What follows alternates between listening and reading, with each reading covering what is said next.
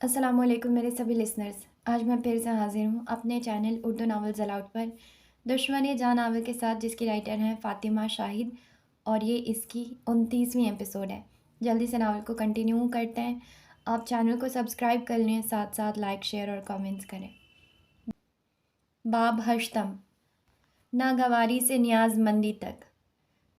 اسے کچھ بھی کہے گا کوئی اور وہ مان لے گی، آتے ساتھ ہی مجھ پر وہ سینہ تان لے گی۔ اناڑی ہاتھوں میں سونپی ہوئی ہے میں نے عادل، یہ لڑکی دیکھنا ایک روز میری جان لے گی۔ ایک اور جمعرات کی صبح جیل کے فرش پر بچھے اندھیرے کا پردہ ذرا سا ہٹا تو پھر وہ دن آ گیا جس میں اسے زبردستی روشنی کی طرف کھینچا جاتا ہے۔ جیلر کے قدموں کی چاپ سنائی دیتی ہے۔ موسیٰ کے دل میں ایک بوجھ سا اتر آتا ہے۔ اب روشنی اس کے لیے آزادی نہیں رہی تھی، قید بن گئی تھی۔ قید وہ تھی جہاں یادوں کی کرنیں اندھیرے سے بھی زیادہ چبھتی تھی۔ اندھیرے میں وہ سکون پاتا تھا جیسے وہاں کوئی اس کے قریب آ بیٹھا ہو۔ آہستہ آہستہ دروازے کی چرچراہٹ ہوئی اور صحن کے ایک کونے میں بیٹھا وہی بوڑھا نمودار ہوا جو ہر جمعرات کا ہم سفر بن جاتا تھا۔ تم پچھلے جمعرات باہر کیوں نہیں آئے؟ میں تمہارا انتظار کر رہا تھا۔ موسیٰ نے گردن جھکائی۔ اندھیرے میں سکون ملتا ہے مجھے، روشنی اچھی نہیں لگتی اب۔ بوڑھے نے تعجب سے پلکیں جھپکی۔ روشنی عجیب کیوں لگتی ہے تمہیں؟ موسیٰ کے ہونٹوں پر ایک کڑوی مسکراہٹ ابھری۔ اندھیرے میں وہ ساتھ ہوتی ہے، میں اس کی موجودگی محسوس کرتا ہوں۔ بوڑھے کی آنکھوں میں چمک سی آ گئی۔ اسے عشق کہتے ہیں۔ عشق کے کئی مقام ہوتے ہیں، لگتا ہے تم ان میں سے کسی ایک پر ہو۔ موسیٰ نے نظریں اٹھا کر بوڑھے کی آنکھوں میں جھانکا۔ کون سے مقام پر؟ آخری مقام پر، جہاں محبوب پاس نہ ہو مگر پھر بھی ہر سانس اس کی موجودگی کی گواہ ہو۔ بوڑھے نے آسمان کی طرف رخ کر کے ٹھہرے ٹھہرے لہجے میں کہا۔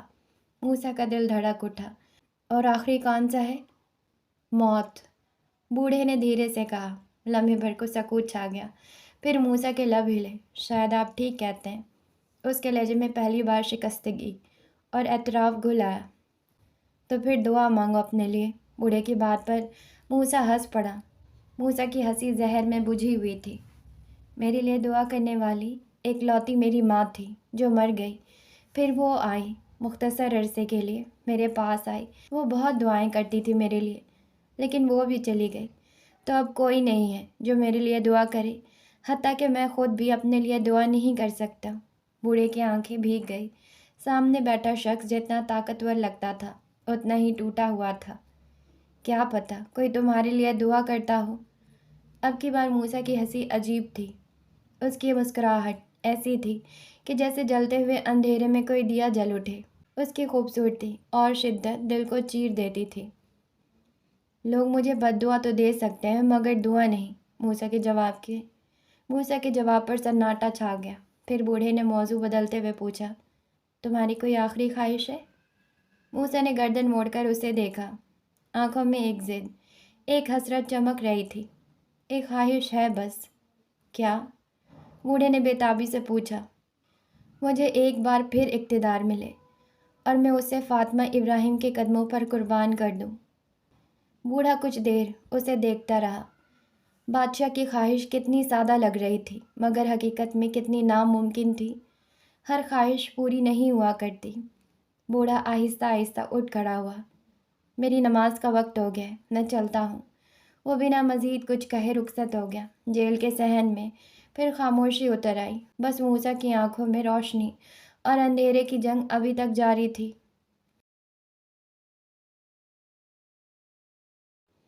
2 مہینے بیت گئے مگر وقت جیسے فردان کی گھڑی میں رک گیا ہو۔ اس نے اپنے دکھ کو کام کے بوجھ میں دفن کرنے کی کوشش کی، لیکن یہ دفن ایک ایسی قبر تھی جس پر مٹی ڈالی ہی نہ جا رہی ہو۔ وہ گھنٹوں آفس کے کمرے میں بیٹھا کمپیوٹر کی اسکرین پر نظریں جمائے رہتا، کی بورڈ کی ٹک ٹک میں اپنے دل کی خاموشی کو چھپاتا، کسی سے بات نہیں کرتا، کسی کو اپنے قریب آنے کی اجازت نہیں دیتا۔ روما کی جدائی کا روگ ابھی اس کے جسم کی رگوں میں تازہ خون کی طرح دوڑ رہا تھا، جیسے ہر دھڑکن کے ساتھ اس کی یاد زہر گھول دیتی ہو۔ اسی لمحے دروازہ ہلکے سے کھلا۔ اندر سارا آئی، اس کی کولیگ۔ اس کے ہاتھ میں کھانے کا ڈبہ تھا اور آواز میں مانوس سی مٹھاس۔ فردان، لنچ کے لیے آ جائیے۔ فردان چونک سا گیا، جیسے کسی نے گہری نیند سے جھنجھوڑ دیا ہو۔ اس نے سارا کو دیکھا، مگر اس کی آنکھوں میں اجنبی سا خالی پن تھا۔ مجھے بھوک نہیں ہے، آپ لوگ کریں۔ یہ کہہ کر وہ دوبارہ اسکرین کی طرف جھک گیا، جیسے اس کے اور دنیا کے بیچ کوئی شیشے کی دیوار کھڑی ہو۔ سارا نے تھوڑی دیر اس کو دیکھا، پھر دھیرے سے کمرے سے نکل گئی، اور فردان وہ اپنی جگہ بیٹھا رہا۔ اس کے ہاتھ چل رہے تھے، کام جاری تھا، لیکن آنکھوں کے پیچھے ویرانی تھی۔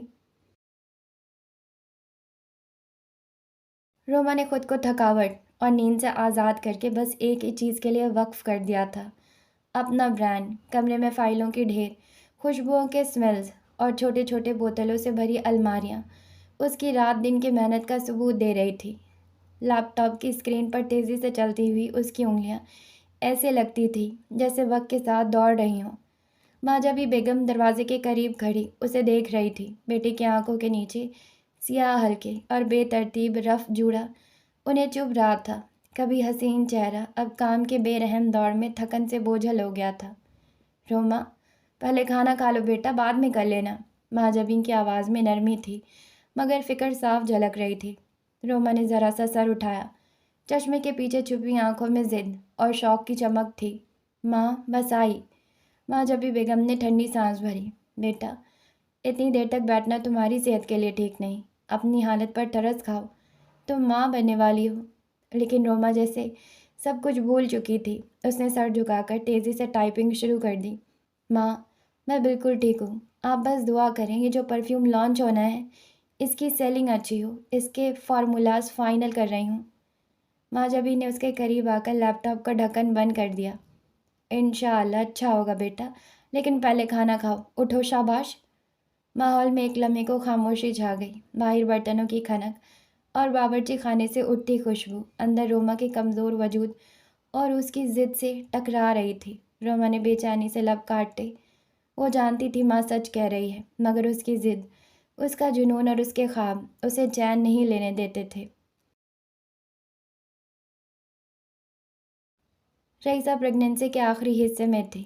اس کے وجود پر بوجھ بھی تھا اور دل پر ایک عجیب سا خلا بھی۔ سیام اپنی طرف سے اس کا بھرپور خیال رکھتا، لیکن یہ وہ وقت تھا جب رئیسہ کو ماں باپ کی کمی شدت سے کھٹکنے لگی تھی۔ کمرے کی نیم مدھم روشنی میں وہ بستر کے کنارے پر بیٹھی خلا میں نظریں جمائے ہوئے تھی۔ دروازے چرچراتے ہوئے کھلا۔ سیام اندر آیا، الماری سے اپنی شرٹ نکالی۔ رئیسہ، امی بلا رہی ہیں تمہیں۔ کوئی جواب نہ ملا۔ رئیسہ ہنوز چپ تھی، جیسے کہیں اور کھو گئی ہو۔ سیام نے پلٹ کر اسے دیکھا۔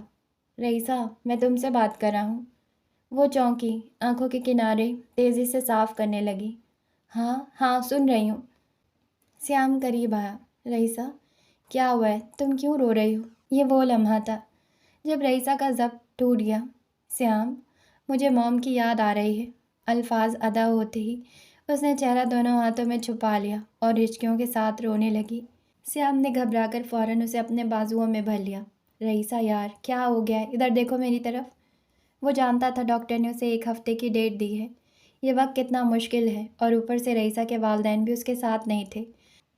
اس نے اپنے دل میں ایک ٹیس سی محسوس کی۔ رئیسہ اس کے سینے سے لگتے ہی مزید بھر آئی۔ سیام، مجھے نہیں پتہ، بس رونا آ رہا ہے۔ وہ اس کے کندھے پر چہرہ چھپا کر بے بسی سے لرزنے لگی۔ سیام نے اس کے بال سہلائے۔ رئیسہ، یہ نارمل ہے اس کنڈیشن میں۔ آؤ تم لیٹ جاؤ، میں تمہارے لیے کچھ کھانے کو لاتا ہوں۔ وہ آہستگی سے اس کا سر تکیے پر رکھنے لگا، لیکن رئیسہ نے اس کی شرٹ مٹھیوں میں جکڑ لی۔ نہیں، تم میرے پاس رہو، مجھے کچھ نہیں چاہیے۔ سیام کا دل بھر آیا۔ اس نے جھک کر اس کا ماتھا چوما۔ اوکے، میں تمہارے پاس ہوں، بس سو جاؤ۔ اس نے رئیسہ کا سر اپنے کندھے سے لگایا۔ لمحہ بلمحہ رئیسہ کی ہچکیاں کم ہونے لگیں۔ کمرے میں بس مدھم سانسوں کی سرگوشی باقی رہی۔ سیام خاموشی سے اس کے پاس بیٹھا رہا، اور آہستہ آہستہ رئیسہ کی آنکھیں نیند کی پناہ گاہ میں اتر گئی۔ گرین وچ کی خنک شام جیسے آہستہ آہستہ فاطمہ کے دل میں بھی اتر رہی تھی۔ اب شہسوار کے نام کے ساتھ جو تپش کبھی دل میں بھڑک اٹھتی تھی، وہ دھیرے دھیرے ایک سکون میں بدلنے لگی۔ شہسوار اب پہلے کی طرح ہر وقت اسے آواز نہیں دیتا تھا، اور یہی کمی اب فاطمہ کے دل کو چبھنے لگی تھی۔ وہ خود کو اس کی پسند کے مطابق ڈھالنے کی کوشش کر رہی تھی۔ جیسے کوئی بیل آہستہ آہستہ اس درخت کا سہارا ڈھونڈ لیتی ہے جس سے لپٹنا مقدر ہو۔ اس تبدیلی میں بڑی بی کا ہاتھ سب سے نمایاں تھا۔ یہ لو بیٹا، چائے پیو۔ بھاپ اٹھتے کپ کی خوشبو نے ماحول کو مزید مانوس بنا دیا۔ ارے اس کی کیا ضرورت تھی؟ ضرورت تھی بیٹا، باہر دیکھو موسم کیسا ٹھنڈا ہو گیا ہے، بس اسی لیے لے آئی ہوں۔ بڑی بھی اس کے پاس صوفے پر بیٹھ گئی۔ فاطمہ نے آہستہ سے کپ تھاما اور ایک چھوٹی سی چسکی لی۔ شکریہ، اس کے لبوں پر دھیرے سے نکلا۔ بڑی بی نے نگاہوں کے ساتھ مسکراہٹ بھی دی۔ یہ سب چھوڑو، بتاؤ شہسوار کیسا ہے تمہارے ساتھ؟ یہ سوال سنتے ہی فاطمہ کی آنکھوں میں نمی تیرنے لگی۔ ٹھیک ہے، مگر اب وہ خود کو کام میں زیادہ مصروف رکھنے لگا ہے، پہلے کی طرح ہر بات پہ تنگ نہیں کرتا۔ آواز بوجھل ہو گئی۔ بڑی بی نے نرمی سے اس کے سر پر ہاتھ پھیرا، جیسے ماں بچی کو دلاسا دیتی ہیں۔ خیال رکھتا ہے کیا؟ فاطمہ کے دل کی بند کلی جیسے کھل گئی۔ ہاں رکھتا ہے، مگر خاموش رہ کر۔ رات کو جاگ جاگ کر دیکھتا ہے کہ میں سو رہی ہوں یا نہیں۔ میرا کمبل سیدھا کرتا ہے لیکن بات نہیں کرتا۔ اس کے ضبط کے بندھن اب کھلنے لگے۔ بڑی بی کی آنکھوں میں فکر کی جھلک تھی۔ بیٹا، جس محبت کو تم نے ٹھیس پہنچائی ہے، جسے جھڑکا ہے، وہ اگر آج بھی تمہارا یوں خیال رکھ رہا ہے تو یہ اللہ کی بڑی نعمت ہے۔ مت آزمانا اسے، کہیں دیر نہ ہو جائے۔ فاطمہ ان کی بات سن کر لرز گئی۔ ایسے مت بولے پلیز، اب کسی کو کھونے کی ہمت نہیں مجھ میں۔ اس نے کپ میز پر رکھ دیا۔ فضا میں ایک گہری خاموشی چھا گئی تھی۔ بڑی بھی کچھ اور کہنا چاہ رہی تھی کہ ایک دم بیل بجی۔ تم بیٹھو، میں دیکھ کر آتی ہوں۔ وہ اٹھ کر دروازے کی طرف بڑھ گئی۔ دروازہ کھولتے ہی سامنے شہسوار کھڑا تھا۔ شام کی ٹھنڈی ہوا میں اس کی آنکھوں کی سرخی اور چہرے کی تھکن جیسے نمایاں ہو رہی تھی۔ السلام علیکم آنٹی، اس نے مؤدب انداز میں سلام کیا۔ بڑی بی کے لبوں پر مسکراہٹ آ گئی۔ وعلیکم السلام بیٹا، کیسے ہو؟ جی میں ٹھیک ہوں۔ فاطمہ ادھر ہے؟ اس نے جلدی سے پوچھا۔ ہاں بھائی، تمہاری بیوی یہیں ہے۔ فاطمہ دیکھو، شہسوار آیا ہے تمہیں لینے۔ بڑی بی نے باہر سے ہی آواز لگائی۔ صوفے پر بیٹھی فاطمہ کے دل کی دھڑکن جیسے بے قابو ہو گئی۔ وہ جھجکتے قدموں کے ساتھ اٹھی۔ شہسوار کے قریب پہنچتے ہی بڑی بی کی تیز نظر نے اس کی حالت بھانپ لی۔ بیٹا، تمہاری طبیعت تو ٹھیک ہے، آنکھیں بہت سرخ لگ رہی ہیں۔ شہسوار نے سر جھٹکا۔ جی بس سر میں درد ہے، مگر اندر ہی اندر درد کہیں زیادہ تھا۔ آنٹی میں چلتی ہوں، پھر آؤں گی، فاطمہ ہلکی آواز میں بولی۔ ٹھیک ہے بیٹا، اللہ حافظ۔ بڑی بی نے پیار بھری دعا دی اور دروازہ بند کر دیا۔ راستے میں چلتے ہوئے فاطمہ نے شہسوار کی طرف دیکھا۔ تم آج جلدی آ گئے آفس سے؟ ہاں، طبیعت ذرا خراب تھی، اس نے مختصر جواب دیا اور فلیٹ میں داخل ہوتے ہی کوٹ اتار کر سیدھا کچن کی طرف بڑھ گیا۔ فاطمہ حیرانی سے اس کے پیچھے گئی۔ اگر طبیعت خراب ہے تو کچن میں کیوں جا رہے ہو؟ شہسوار نے چولہا جلایا۔ چائے بنانی ہے، اگر تم نے بھی پینی ہے تو بتاؤ، تمہارے لیے بھی بنا دیتا ہوں۔ یہ سن کر فاطمہ کی آنکھیں بھر آئی۔ وہ لمحہ اس کے دل میں گہری لکیریں کھینچ گیا۔ یہ شخص اپنی بیماری کی پرواہ کیے بغیر بھی اس کے آرام کو مقدم رکھتا تھا۔ اس نے فوراً آگے بڑھ کر اس کا بازو تھاما اور آہستہ سے سائڈ پر کیا۔ تم ہٹو، میں بناتی ہوں۔ رہنے دو، میں بنا لیتا ہوں، فاطمہ نے اصرار کیا۔ نہیں، تم جا کر ٹیریس پر بیٹھو، تھوڑا سکون ملے گا، میں بناتی ہوں۔ وہ خاموشی سے باہر جا بیٹھا۔ نیچے پارک میں بچوں کی کلکاریاں گونج رہی تھی۔ 10 منٹ بعد فاطمہ نے ٹرے میں چائے لا کر اس کے سامنے رکھی۔ وہ اسی منظر کو تک رہا تھا۔ یہ لو تمہاری چائے، اس نے دھیرے سے کہا۔ شہسوار نے اس کی طرف دیکھ کر تشکر بھری مسکراہٹ دی۔ شکریہ۔ کچھ لمحے دونوں خاموش بیٹھے نیچے کھیلتے 7 بچوں کو دیکھتے رہے۔ فاطمہ نے خاموشی توڑی۔ نیچے بچے دیکھ رہے ہو کھیلتے ہوئے؟ اس نے نیچے کی طرف اشارہ کیا۔ ہاں، وہ مختصر جواب دے کر خاموش ہو گیا۔ یہ سب بہن بھائی ہیں، فاطمہ اس کی طرف دیکھتے بولی۔ شہسوار نے غور سے دیکھا۔ یہ کوئی 6-7 ہوں گے۔ 7 ہیں، فاطمہ نے تصحیح کی۔ شہسوار نے کپ لبوں سے ہٹایا۔ ان کے ماں باپ کو اور کوئی کام نہیں تھا؟ کیا مطلب؟ اس کی بات کا مطلب نہ سمجھ سکی۔ اتنے بچے، کیا ایجنسی کھولنی تھی؟ اس نے طنز کیا۔ جس کے زیادہ بچے ہوں وہ ایجنسی کھولتا ہے، فاطمہ نے غصے سے اس کی طرف دیکھا۔ وہ چونکا، پھر خاموش ہو گیا۔ میں تو بس ایسے ہی کہہ رہا تھا۔ لیکن فاطمہ کے لبوں سے بے اختیار ایک جملہ پھسل گیا۔ کل کو اپنے بچے کو بھی ایسے بولو گے؟ شہسوار نے چونک کر اس کی طرف دیکھا۔ جیسے یہ پہلی بار اس نے اس کے دل کی کوئی انکہی بات سن لی ہو۔ فاطمہ کو اپنی بات کا ادراک ہوا اور وہ جھپ کر اندر کی طرف بھاگ گئی۔ شہسوار نے اسے جاتا دیکھا اور ہلکی سی مسکراہٹ لبوں پر ابھر آئی۔ 2 ماہ کے اندر وہ اپنی آنکھوں سے فاطمہ کو بدلتا دیکھ رہا تھا۔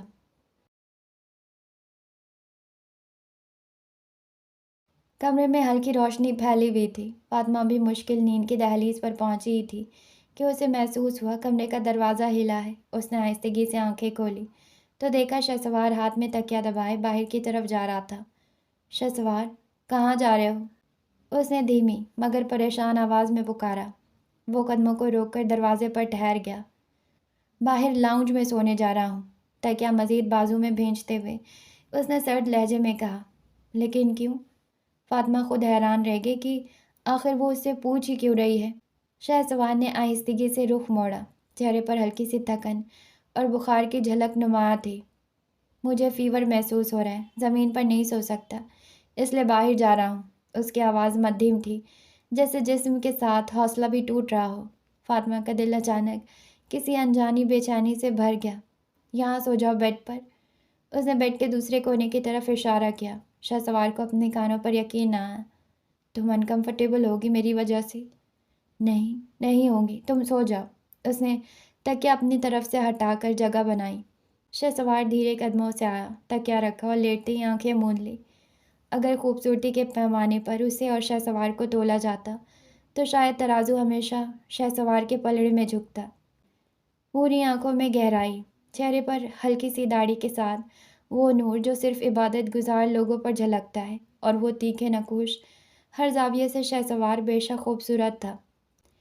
اس کی سفید رنگت پر بخار کی ہلکی سرخی نے جیسے اس کی کشش کو اور بڑھا دی تھی۔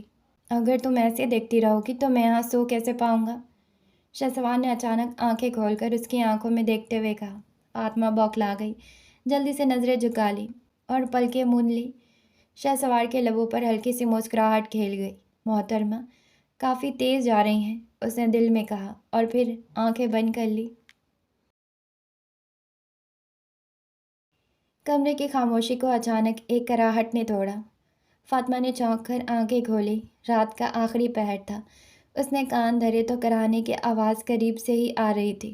لیمپ آن کیا تو اس کا دل دہل گیا۔ شہسوار تپتے ہوئے ماتھے کے ساتھ پسینے میں بھیگا ہوا تھا، جسم کپ کپا رہا تھا اور وہ بے ہوشی میں کچھ بڑبڑا رہا تھا۔ شہسوار، فاطمہ گھبرا کر اس کے کندھے کو جھنجھوڑنے لگی۔ شہسوار، کیا ہوا ہے تمہیں؟ اس کی آواز لرز رہی تھی۔ ماتھے پر ہاتھ رکھا تو وہ دہکتے انگارے کی طرح جل رہا تھا۔ فاطمہ کے دل میں جیسے کسی نے برچھی مار دی ہو۔ شہسوار، میری آواز آ رہی ہے، پلیز آنکھیں کھولو، میری طرف دیکھو۔ وہ بے بسی سے اس کے چہرے پر ٹھپکیاں دینے لگی۔ اس کے آنسو خود بخود بہنے لگے۔ یاد آیا کتنی بار اس نے غصے میں بددعائیں دی تھی، مر جاؤ، اور آج یہی منظر اس کے سامنے تھا تو دل ٹوٹ کر رہ گیا۔ وہ تیزی سے جوتے پہن کر فلیٹ سے باہر نکلی۔ پہلی سوچ بڑی بی کا دروازہ بجانے کی تھی۔ فاطمہ، اتنی رات کو؟ خیریت؟ بڑی بی ہڑبڑا کر باہر آئیں۔ آنٹی، شہسوار کی طبیعت بہت خراب ہے، پلیز میرے ساتھ چلیے۔ فاطمہ کی آنکھیں آنسوؤں سے تر تھیں۔ بڑی بی جلدی سے اس کے ساتھ لپکی۔ کمرے میں پہنچ کر شہسوار کی حالت دیکھی تو فوراً ڈاکٹر کو بلوا لیا۔ ڈاکٹر نے چیک اپ کیا، دوا اور انجیکشن دیا۔ شدید سردی اور تھکن کی وجہ سے بخار چڑھ گیا بیٹا، اگر بخار زیادہ ہو تو ٹھنڈے پانی کی پٹیاں کرتی رہنا، بڑی بی نے تسلی دی اور فلیٹ سے باہر چلے گئے۔ کمرے میں ایک بار پھر خاموشی چھا گئی۔ فاطمہ آہستہ سے شہسوار کے پاس آ کر بیٹھ گئی۔ اس کی سانسیں بھاری تھیں لیکن نیند کا اثر بھی نمایاں تھا۔ فاطمہ نے کانپتے ہاتھوں سے اس کا ہاتھ تھاما۔ ویسے تم کچھ زیادہ پیارے نہیں ہو، اس نے آہستہ سے کہا، مگر آواز میں رشک چھپا تھا۔ آج پہلی بار دل نے تسلیم کیا کہ وہ شخص سچ میں خوبصورت ہے۔ اس کے ہاتھ کو اپنے ہاتھوں سے لگایا تو آنسو بہہ نکلے۔ میں اب اکیلے نہیں رہ سکتی، میں نئی زندگی شروع کرنا چاہتی ہوں شہسوار، لیکن ڈر لگتا ہے، پہلے بھی دھوکہ کھا چکی ہوں۔ سب کہتے ہیں تم جیسا کوئی نہیں، اور اب میرا دل بھی ماننے لگا ہے، مگر ڈر ہے اگر پھر دھوکہ ہوا تو۔ وہ سسکیاں لیتی اس کے ہاتھ کو چومنے لگی، پھر اس کے دہکتے ماتھے پر اپنا ماتھا ٹکا دیا آنسو کے بوجھ کے ساتھ۔ کب اس کی پلکیں بوجھل ہوئیں اور نیند نے اسے اپنے حصار میں لیا۔ اسے خود بھی خبر نہ ہوئی۔ شہسوار بے خبر خواب و غنودگی میں ڈوبا رہا اور فاطمہ جانے انجانے میں اپنی خاموش اعتراف محبت کر گئی۔ رات کا وہ پہر جب پورا شہر خاموشی میں ڈوبا ہوا تھا، اچانک رئیسہ کی طبیعت بگڑ گئی۔ سانسیں تیز، آنکھوں میں درد کی شدت اور ہونٹوں سے کراہنے کی آوازیں نکل رہی تھی۔ سیام کے دل کی دھڑکنیں ایک لمحے کو جیسی رک سی گئی۔ اس نے ایک پل بھی ضائع نہ کیا اور حفصہ بیگم کے ساتھ رئیسہ کو لے کر ہسپتال آ پہنچا۔ ایمرجنسی وارڈ کی روشن سفید لائٹیں آنکھوں کو چبھ رہی تھی۔ رئیسہ کو لیبر روم میں لے جایا گیا۔ باہر کھڑا سیام ایک ایک لمحہ گن رہا تھا۔ اس کے کانوں میں رئیسہ کی کراہیں ابھی گونج رہی تھی، دل پر ہتھوڑے چل رہے تھے۔ سیام بیٹا بیٹھ جاؤ، سب ٹھیک ہو جائے گا، اللہ پر بھروسہ رکھو۔ حفصہ بیگم نے اس کے کندھے پر ہاتھ رکھا، مگر سیام کے قدم جیسے زمین پر ٹک ہی نہ رہے تھے۔ وہ بار بار کوریڈور کے چکر لگاتا، کبھی دروازے کو گھورتا، کبھی گھڑی کی سوئیاں دیکھتا۔ ڈاکٹر نے بتایا کہ لیبر پینز بڑھ چکے ہیں اور سی سیکشن کرنا پڑے گا۔ یہ سنتے ہی سیام کے پاؤں جیسے لرز گئے، اس کے لب خشک ہو گئے اور دل پر انجانے خوف کی لہر دوڑ گئی۔ 2 گھنٹے ایسے گزرے جیسے 2 صدیاں ہوں۔ ہر گزرتا لمحہ اس کے لیے قیامت بن رہا تھا۔ آخر کار ICU کا دروازہ کھلا۔ ڈاکٹرز کے ساتھ 2 نرسیں باہر آئیں۔ ان کی گود میں ننھے وجود تھے۔ وقت جیسے ٹھہر گیا۔ حفصہ بیگم سب سے پہلے لبکی، آنکھوں سے خوشی کے آنسو بہنے لگے۔ مبارک ہو مسٹر سیام، جڑواں بیٹے ہوئے ہیں۔ ڈاکٹر نے مسکراتے ہوئے سیام کے شانے پر ہاتھ رکھا۔ سیام کی آنکھوں کے آگے دھندلا سا منظر تھا۔ کانپتے ہاتھوں سے اس نے نرس سے اپنا بچہ لیا، چھوٹا سا وجود کپڑے میں لپٹا ہوا، آنکھیں بند کیے، نیند کی مٹھاس میں ڈوبا۔ سیام کی آنکھیں بھر آئی۔ میری وائف کیسی ہے؟ اس کی آواز بے قراری سے کانپ رہی تھی۔ بالکل ٹھیک ہے، تھوڑی دیر بعد دوسرے کمرے میں شفٹ کر دیا جائے گا، آپ بے فکر رہیں، ڈاکٹر نے مطمئن لہجے میں کہا۔ ڈاکٹر آگے بڑھ گئے۔ کوریڈور میں اب سکون اور خاموشی کی لہر تھی۔ حفصہ بیگم دونوں بچوں کو پیار سے دیکھ رہی تھی۔ سیام کے لبوں پر وہ دعا نکل آئی جو دل کی گہرائی سے پھوٹتی ہے، یا اللہ تیرا شکر ہے۔ صبح کی ہلکی کرنیں پردوں کے بیچ سے چھن کر کمرے میں اتر رہی تھی۔ لیمپ ابھی بھی جل رہا تھا اور کمرے میں ہلکی سی دواؤں کی خوشبو بسی ہوئی تھی۔ شہسوار کی آنکھ آہستہ آہستہ کھلی، بھاری پلکیں اٹھی تو پہلا منظر جو اس کے سامنے آیا وہ فاطمہ کا چہرہ تھا۔ وہ اس کے بالکل قریب بیٹھی سو گئی تھی۔ اس کا ماتھا بھی شہسوار کے ماتھے پر ٹکا ہوا تھا اور انگلیاں اس کی انگلیوں کو ڈھیلے پن سے تھامے ہوئے تھی۔ آنکھوں کے کناروں پر سوکھے آنسو کے نشان صاف جھلک رہے تھے۔ شہسوار نے چند لمحے خاموشی سے اسے دیکھا۔ دل کے کسی کونے میں ایک انجانی ٹھنڈک اترتی چلی گئی۔ یہ پوری رات میرے ساتھ بیٹھی رہی، اس نے دل میں سوچا۔ وہ ہلکا سا حرکت کرنے لگا تو فاطمہ چونک کر جاگ گئی۔ شہسوار کیسی طبیعت ہے اب؟ گھبرا کر سیدھی ہوئی اور آنکھوں کو ملتے ہوئے بولی، بہتر ہوں، لیکن تم پوری رات ایسے ہی بیٹھ کر سوتی رہی۔ شہسوار نے اس کی طرف دیکھا۔ آواز ابھی بھی بھاری تھی مگر لہجے میں نرمی گھل گئی تھی۔ فاطمہ نے نظریں چرائی جیسے اپنے کمزور لمحے کو چھپانا چاہتی ہو۔ تمہاری حالت ایسی تھی، سوری مجھے پتہ نہیں چلا اور میں ایسے ہی سو گئی۔ وہ شرمندہ ہوئی، کیا سوچتا ہوگا اس کے بارے میں؟ کبھی سوچا نہ تھا کہ میری فکر کرو گی۔ شہسوار کے ہونٹوں پر ایک مدھم سی مسکراہٹ آ گئی۔ فاطمہ نے جواب دینے کی بجائے صرف نظریں جھکا لی۔ اس کے لب تھوڑے لرزے جیسے کچھ کہنا چاہتی ہو مگر رک گئی۔ چند لمحے خاموشی کے گزرے، پھر شہسوار نے دھیرے سے اپنا ہاتھ اس کے ہاتھ پر رکھا جو اب بھی کانپ رہا تھا۔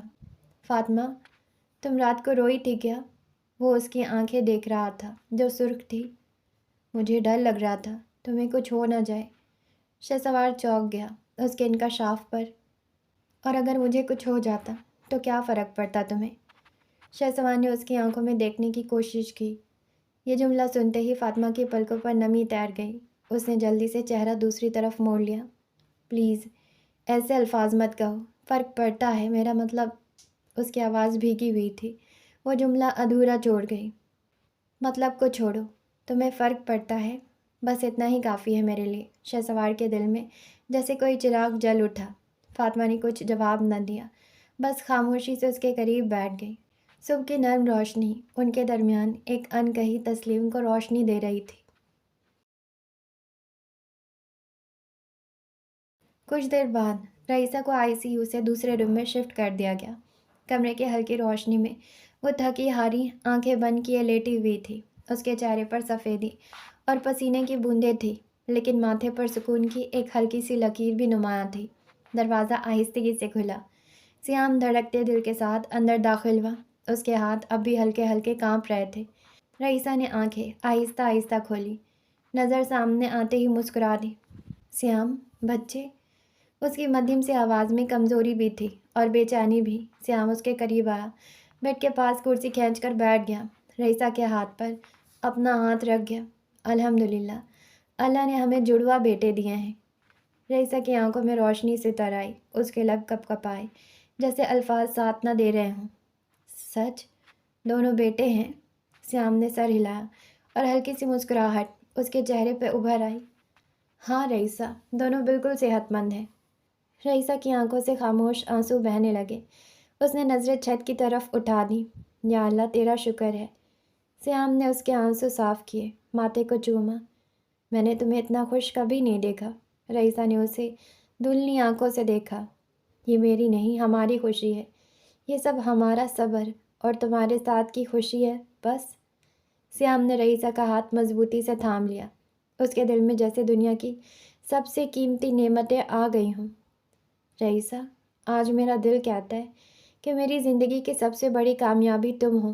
اسی لمحے حفصہ بیگم نرس کے ساتھ اندر آئیں، دونوں بچوں کو گود میں لے کر رئیسہ کے پاس آئیں۔ رئیسہ کے آنسو اور مسکراہٹ ایک ساتھ ابھرے۔ وہ دونوں بچوں کو دیکھ کر کانپتے ہاتھوں سے آگے بڑھی اور ایک بچے کو آغوش میں لیتے ہی اس کی جان جیسے پوری ہو گئی۔ کمرے میں ہلکی مدھم روشنی پھیلی ہوئی تھی۔ کھلا ہوا بیگ بیڈ پر رکھا تھا، جس میں فردان احتیاط سے کپڑے طے کر کے رکھ رہا تھا۔ الماری سے کپڑے نکالتے وقت اس کے چہرے پر عجیب سی سنجیدگی چھائی ہوئی تھی، جیسے ہر قمیض کے ساتھ کوئی یاد بھی جڑی ہوئی ہو۔ باہر شام کی ڈھلتی روشنی کھڑکی سے جھانک رہی تھی، جو کمرے کے ایک کونے کو سنہرا اور دوسرے کو گہرا سا کر رہی تھی۔ دروازے پر آہٹ ہوئی تو فردان چونک کر پلٹا۔ حفصہ بیگم دھیرے سے کمرے میں داخل ہوئیں۔ ان کی آنکھوں میں وہی مانوس اداسی تھی جو پچھلے دنوں سے فردان محسوس کر رہا تھا۔ بیٹے کو بیگ میں کپڑے رکھتے دیکھ کر ان کی آواز ہلکے کرب میں ڈوب گئی۔ فردان، تم کہیں جا رہے ہو؟ فردان نے چند لمحے توقف کیا، پھر دھیرے سے جواب دیا، جی ماں، کمپنی کی طرف سے اسلام آباد جانا ہے، RF برانڈ کے ساتھ میٹنگ کے لیے۔ اس کی نظریں ماں کے چہرے پر گئیں، جہاں جدائی کی پرچھائیاں صاف دکھائی دے رہی تھی۔ حفصہ بیگم خاموشی سے آ کر بیڈ پر بیٹھ گئی۔ واپس کب آؤ گی؟ ان کی آواز میں ایک ماں کی بے چینی صاف جھلک رہی تھی۔ فردان نے بیگ کی زپ تھوڑی سی اوپر کرتے ہوئے ہلکی سی مسکراہٹ بنائی، لیکن آنکھوں کی سنجیدگی اسے چھپا نہ سکی۔ 2 یا 3 دن لگیں گے، پھر آ کر خوب اپنے بھتیجوں کے ساتھ کھیلوں گا۔ یہ جملہ اس نے ماں کا موڈ بہتر بنانے کے لیے کہا تھا، لیکن دل کی گہرائیوں میں خالی پن سا اتر آیا۔ حفصہ بیگم نے دھیرے سے ہاتھ بڑھا کر اس کے سر پر پیار دیا۔ چلو ٹھیک ہے، میں کھانا لگاتی ہوں، تم ٹیبل پر آ جانا۔ وہ کمرے سے نکل گئیں اور ان کے قدموں کی چاپ مدھم ہوتے ہی کمرہ ایک بار پھر خاموشی کی گہرائی میں ڈوب گیا۔ فردان نے بیگ پر ہاتھ رکھا، مگر نگاہیں خلا میں جا اٹکی۔ ماضی کی یادوں نے ایک بار پھر اس کا دل جکڑ لیا۔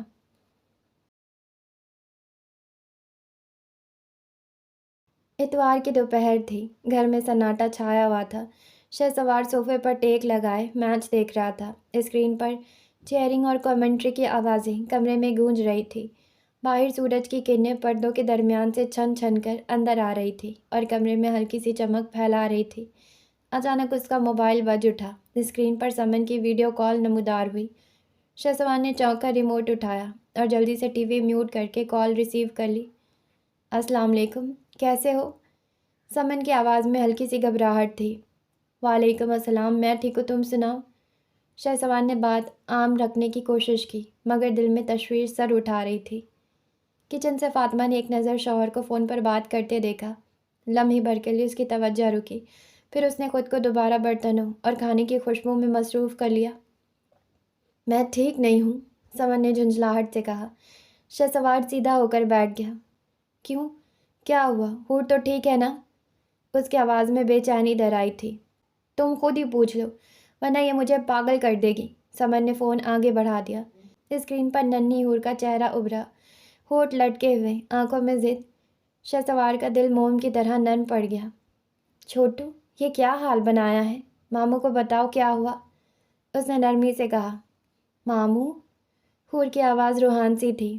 نانو نے بتایا، میری مامی۔ میں ماما سے پوچھتی ہوں مگر وہ کچھ نہیں بتاتی۔ مجھے مامی سے بات کرنی ہے۔ یہ سن کر شہسوار پل بھر کو سکتے میں آ گیا۔ ماموں، مجھے مامی سے بات کرنی ہے ابھی پلیز۔ ہور کی چیخ اس کی خاموشی کو کاٹ گئی۔ شہسوار نے آنکھیں بند کر کے گہرا سانس لیا۔ چھوٹو، مجھے 10 منٹ دو، پھر میں خود تمہاری مامی سے بات کرواتا ہوں۔ اس نے کال کاٹ دی۔ اسکرین کالی ہوئی تو کمرے میں ایک بار پھر سناٹا چھا گیا۔ صرف کچن سے برتنوں کی ہلکی ہلکی آوازیں آ رہی تھیں۔ شہسوار کی نظر کچن کی طرف اٹکی رہی۔ فاطمہ کا وجود وہاں موجود ضرور تھا، لیکن وہ اس سے کوسوں دور محسوس ہو رہی تھی۔ دل میں ایک ہی کشمکش تھی، جو عورت ابھی تک اسے دل سے قبول نہیں کر پائی، کیا اس کے رشتوں کو قبول کرے گی؟ مگر دوسری طرف ننھی ہور کی معصوم خواہش تھی، جسے وہ کبھی نہیں توڑ سکتا تھا۔ ساری الجھنیں جھٹک کر وہ آہستہ قدموں سے کچن کی طرف بڑھا۔ سنو، آخر کار اس نے آہستگی سے کہا۔ بولو، فاطمہ سوپ میں چمچ ہلاتے ہلاتے بولی۔ میری بھانجی، ہور تم سے بات کرنا چاہتی ہے، کیا 2 منٹ اس سے بات کر لو گی؟ شہسوار کی نظریں کچن میں ادھر ادھر بھٹک رہی تھی، جیسے سامنے دیکھنے کی ہمت نہ ہو۔ فاطمہ چونکی۔ اس نے آج تک کبھی اس کے گھر والوں سے بات نہیں کی تھی۔ دل میں عجیب سا کھچاؤ پیدا ہوا۔ بات تو کر لوں گی، لیکن کہوں گی کیا؟ شہسوار کے چہرے پر جیسے لمحہ بھر کو سکون اتر آیا۔ چھوٹی سی بچی ہے، جو پوچھے بس جواب دے دینا، زیادہ باتیں نہیں کرے گی۔ اوکے، تم کال کرو، میں فیس واش کر کے آتی ہوں۔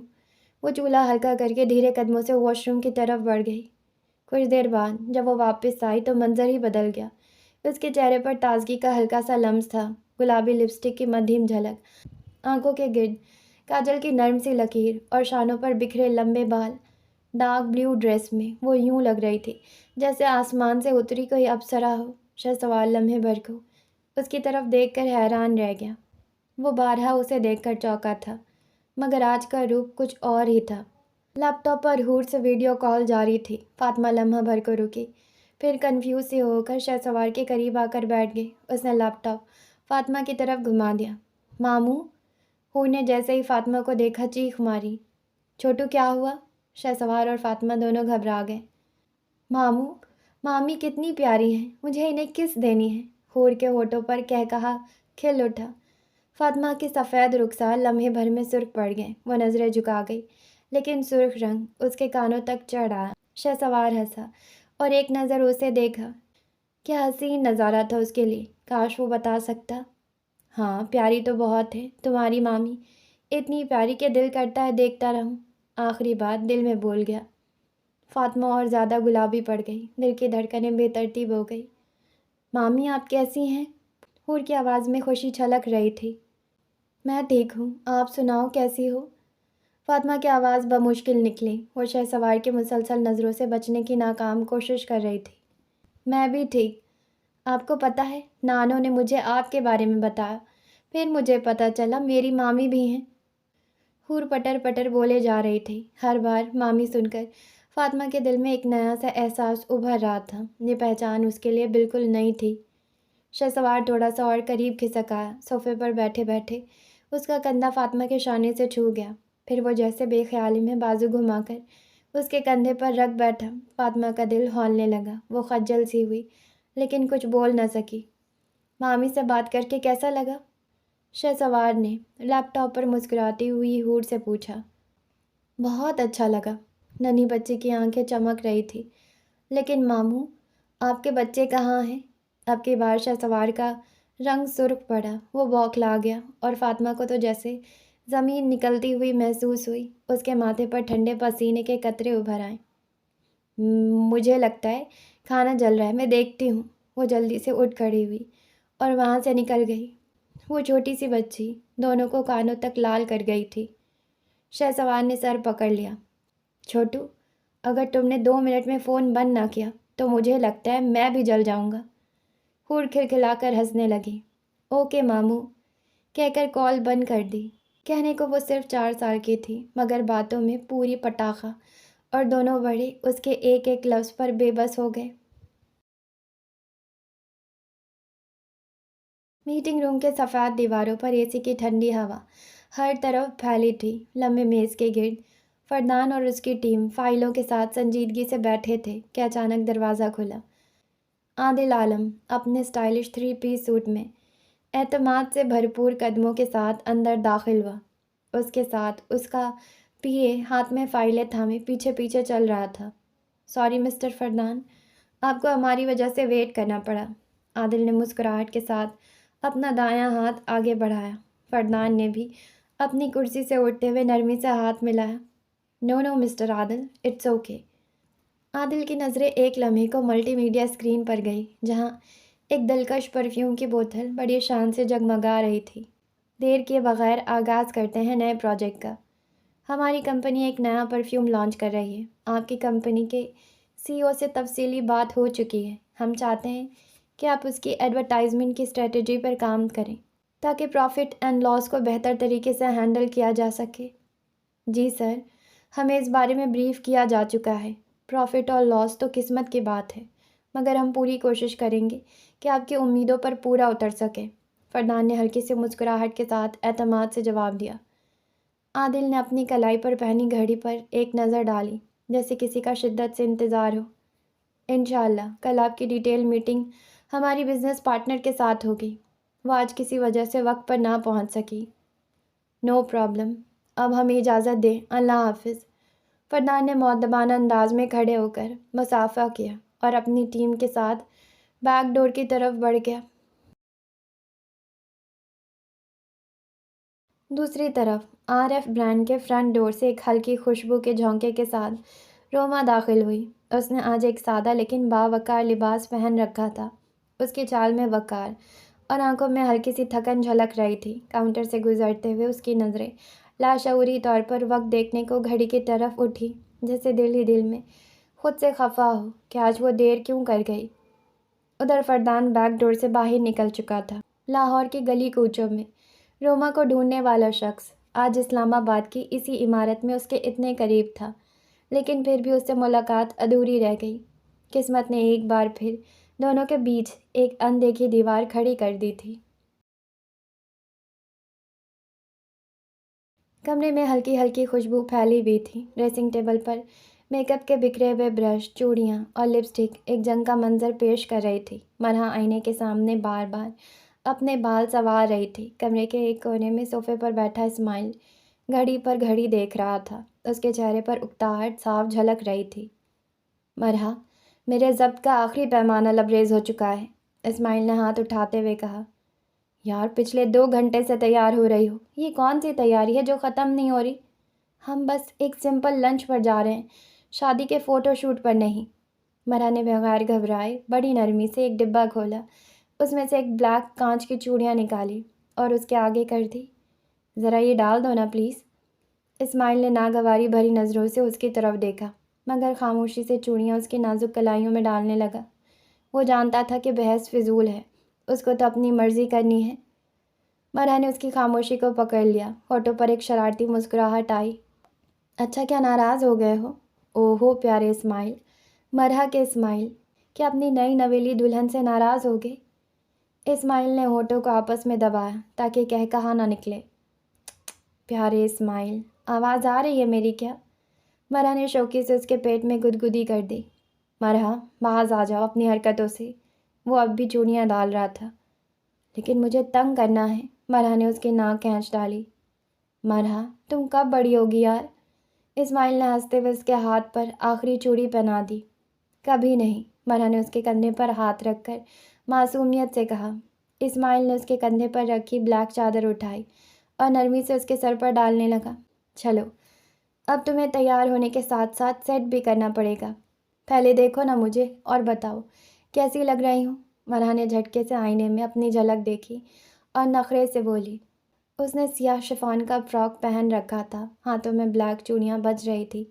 کانوں میں چھوٹا سلور ٹاپس دمک رہا تھا اور دائیں ہاتھ کی تیسری انگلی میں منہ دکھائی کی انگوٹھی چمک رہی تھی۔ اسماعیل نے بھرپور نظر ڈالی، پھر انگلی سے اشارہ کیا، پاس آؤ ذرا۔ مرحا 2 قدم آگے آ گئی۔ وہ جھکا اور اس کے کان کے قریب سرگوشی کی۔ بالکل کارٹون لگ رہی ہو۔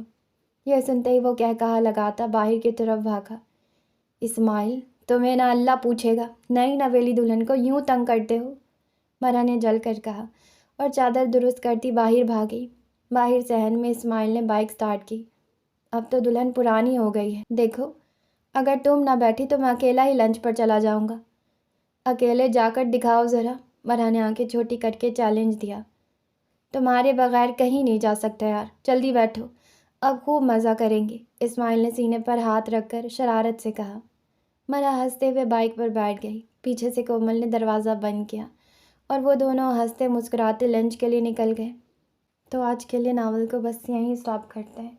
ہم ملیں گے کل آنے والے ایپیسوڈ کے ساتھ۔